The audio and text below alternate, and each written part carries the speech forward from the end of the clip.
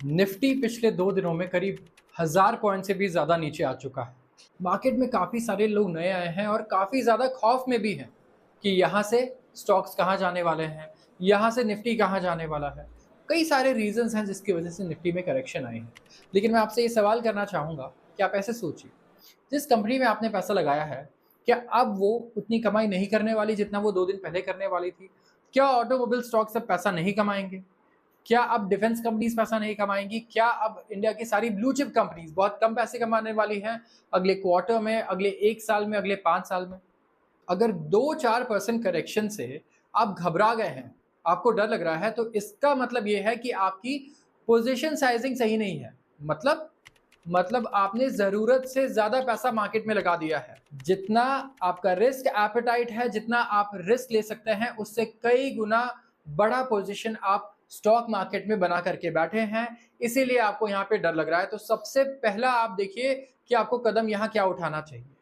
इसके अलावा और भी कुछ चीज़ें हैं जैसे कि ट्रेडर्स, यहाँ पे डर उनको लग रहा है जो ट्रेडर्स हैं, जो या तो 2 दिन में पैसे कमा लेंगे या तो पैसे गँवा देंगे। ऐसे लोग बहुत डरे हुए हैं। तो यहाँ पे क्या मार्केट में रिकवरी आ सकती है? क्या मार्केट यहाँ से और नीचे जाएगा? और ऐसा क्यों है कि मार्केट नीचे आया है? इसका सही रीज़न क्या है? ये इस वीडियो में आप आगे जानेंगे।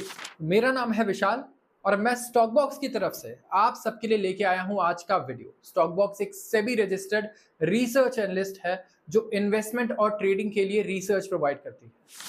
मार्केट के नीचे आने के बाद लोग कई सारे रीजंस बता रहे हैं। कुछ लोग ब्लेम कर रहे हैं सेबी को, कुछ लोग ब्लेम कर रहे हैं इजराइल और ईरान को, लेकिन और भी रीजंस हो सकते हैं। ऐसे ही आप ऊपर टॉप लेफ्ट कॉर्नर में देख रहे होंगे तो आपको दिखेगा कि एक वीडियो हमने 10 दिन पहले डाली थी जिसमें हमने ये बताया था कि क्या ऐसे पोजीशंस ऐसे बन सकते हैं इंटरनेशनली या मार्केट्स में कि इंडिया का मार्केट यहाँ से नीचे जाए या ऊपर जाए। अब डिस्कस करते हैं आज की बात और मुद्दे की बात। यहाँ पर मार्केट नीचे जा रहा है, क्या ग्लोबल मार्केट्स भी नीचे जा रहे हैं? आप देखेंगे नहीं, उल्टा कुछ मार्केट्स तो बहुत ज़्यादा बढ़ चुके हैं। जी हाँ, कुछ ऐसे मार्केट्स थे जो पिछले 5 साल के सबसे लोएस्ट स्तर पे थे एंड अब वो इस साल के बेस्ट परफॉर्मिंग मार्केट्स बन गए हैं सिर्फ 7 दिनों में। मैं बात कर रहा हूँ चाइना की। तो क्या इंडिया का मार्केट इस टाइम पे बहुत ओवर वैल्यूड है, इंडिया की कंपनीज अच्छी नहीं है? ऐसा बिल्कुल नहीं है।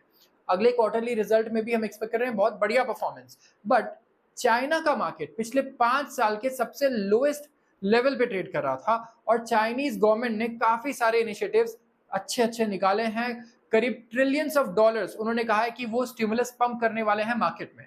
तो जब मार्केट में इतना पैसा आ जाएगा एक बार में, तो स्टॉक मार्केट में तो वो जाएगा ही जाएगा और वही हमें चाइना में देखने को मिला। अब इससे हमारे मार्केट में क्यों करेक्शन आ रही है? प्रॉब्लम यह है कि जब भी आप इन्वेस्टमेंट करते हैं तो आप 2 स्टॉक्स को देखते हैं और जो बढ़िया आपको सस्ता लगता है आप उसमें पैसा निवेश करते हैं अगर आप एक इन्वेस्टर हैं। सेम इसी तरीके से एफआईआईज जो पिछले 1 हफ्ते में 30,000 करोड़ से ज़्यादा के स्टॉक्स बेच चुके हैं, इस टाइम पे वो देख रहे हैं कि इंडिया का मार्केट अच्छा है, आउटलुक अच्छा है, लेकिन पी रेशियो कंपैरिजन में चाइनीज़ मार्केट बहुत सस्ता है और यहाँ पर वो काफ़ी लेट हो चुके हैं। ये भी हमारे साथ कई बार होता है, ये एक साइकोलॉजी है कि अगर एक 2000 का स्टॉक जो बहुत बढ़िया है, अगर वो 2500 आ जाए, तो फिर कितना ही बढ़िया लगे वो 2500 पर भी हम उसे नहीं लेंगे क्योंकि हमने उसे 2000 पे मिस कर दिया। सेम एफआईआईज के साथ सिचुएशन ये है कि पिछले 5 से 6000 पॉइंट्स की निफ्टी की जो रैली आई है, यहाँ पे एफआईआईज ने बिल्कुल पार्टिसिपेट नहीं किया। यहाँ पे पूरी तरीके से वो अलग रहे इंडियन स्टॉक मार्केट से और उन्हें बिल्कुल भी फायदा नहीं हुआ। तो चाइनीज मार्केट की तरफ काफी पैसा जा रहा है जैसे जैसे इंडिया से पैसा बाहर जा रहा है। इसके अलावा बात करते हैं इजराइल और ईरान की। अब रोज कुछ ना कुछ इजराइल, ईरान या किसी दूसरी कंट्री के बीच में होता ही रहता है। रोज रशिया या यूक्रेन के बीच में कुछ चीजें होती रहती है, लेकिन क्या हम उस पर ध्यान देते हैं? नहीं। अब डेली का अगर कोई चीज हो जाए कि आपके पास डेली कुछ ना कुछ न्यूज आ रही है, चाहे गुड न्यूज हो या बैड न्यूज हो, और भले ही वो वैल्यूएबल हो, लेकिन आप उसे वैल्यू नहीं देंगे। ऐसा ही कुछ समझिए कि इस बार ऐसा हुआ कि ईरान ने कुछ मिसाइल्स छोड़े हैं इजराइल पर और लोग सोच रहे हैं कि काफी बड़ा रिटालिएशन हो सकता है जिसकी वजह से मार्केट्स इंडिया की क्रैश हो रही हैं। लेकिन फिर पूरे दुनिया की मार्केट क्रैश होनी चाहिए, सिर्फ इंडिया ही क्यों? पूरे दुनिया की मार्केट इस टाइम पे 5% नीचे आ जानी चाहिए जैसे इंडिया की आई है, लेकिन ऐसा देखने को नहीं मिल रहा है। तो पैनिक सिर्फ इंडिया के मार्केट में क्यों होगा? इसका रीजन ये है कि निफ्टी एक तरफा 2 से 3 साल से अगर आप देखें, 2 से 3 साल का पुराना डेटा आपके पास कहीं भी मिल जाएगा आपको, बहुत बढ़िया बुल रन में है। एंड ऐसा प्रॉफिट बुकिंग आना बहुत ही नॉर्मल है। 1000 पॉइंट निफ्टी का नीचे आना कोई क्रैश नहीं है, ये एक करेक्शन है। तो मार्केट में ऐसा हाई बनाया जा रहा है कि ये मार्केट क्रैश है, लेकिन आप इसको क्रैश नहीं कह सकते। ये एक नॉर्मल प्रॉफिट बुकिंग है, क्योंकि निफ्टी भी पी रेशियो वाइज अगर आप देखें तो 24-25 की पी रेशियो तक भी आ चुकी थी, जो कि एक अच्छा लेवल है प्रॉफिट बुकिंग के लिए, और पहले भी ऐसा होता रहा है, ऐसा पहली बार बिल्कुल नहीं हुआ। अब आते हैं सबसे बड़े सवाल पे। इतना जानने के बाद कि मार्केट नीचे क्यों जा रही है और क्या आगे जाती रहेगी या यहां से लौटेगी, ये सोचकर भी अगर आप कुछ डिसाइड करते हैं तो आपको करना क्या चाहिए? क्या पैसे निकाल के कहीं और से और लगा देने चाहिए इस टाइम पे मार्केट में, या फिर मार्केट में से सारे स्टॉक्स बेच देने चाहिए?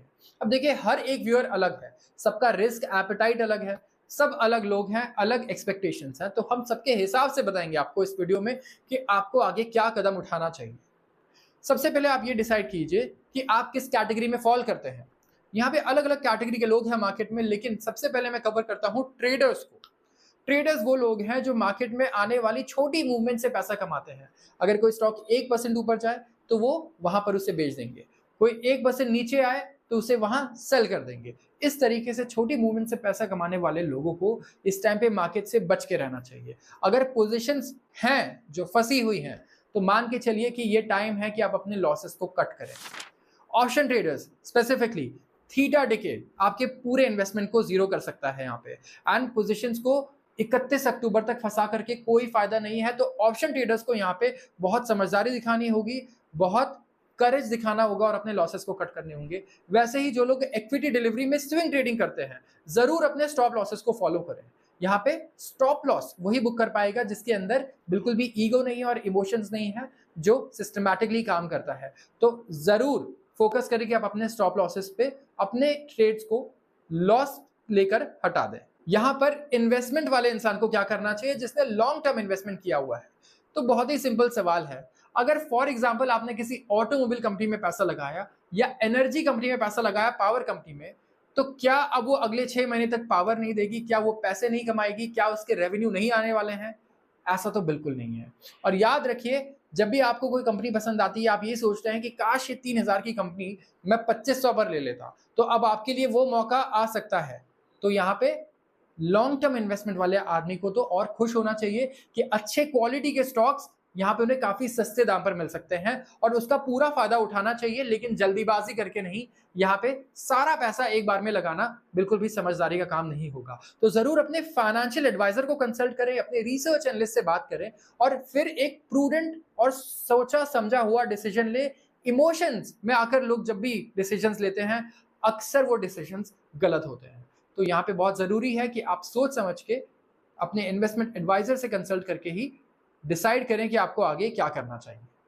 आज के लिए बस इतना ही। अगर आपको वीडियो पसंद आई हो तो जरूर स्टॉक बॉक्स के चैनल को सब्सक्राइब कर लीजिए एंड इस वीडियो को लाइक कर दीजिए। फिर मिलते हैं अगले ऐसे ही एक वीडियो में।